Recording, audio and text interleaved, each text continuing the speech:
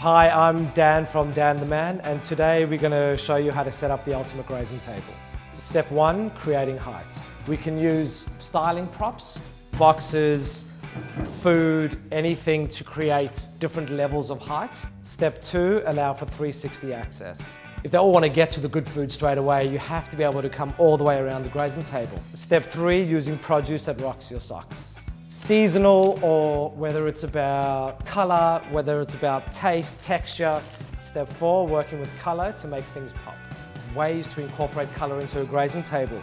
You've got your cheeses, which are your whites and your cream colors. Then you have your beautiful charcuteries, which give you your brown. You just got to remember to have fun. Chocolate and cheese and everything always goes nicely together. Scatter a few white chocolates. For the pop of color on the chocolate, some more strawberries. Step 5, balance of chunky produce and things to scatter. The way we do it is we have big pieces of cheese.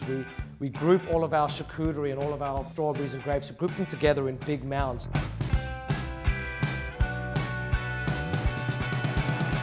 Step 6, don't overthink it and have fun.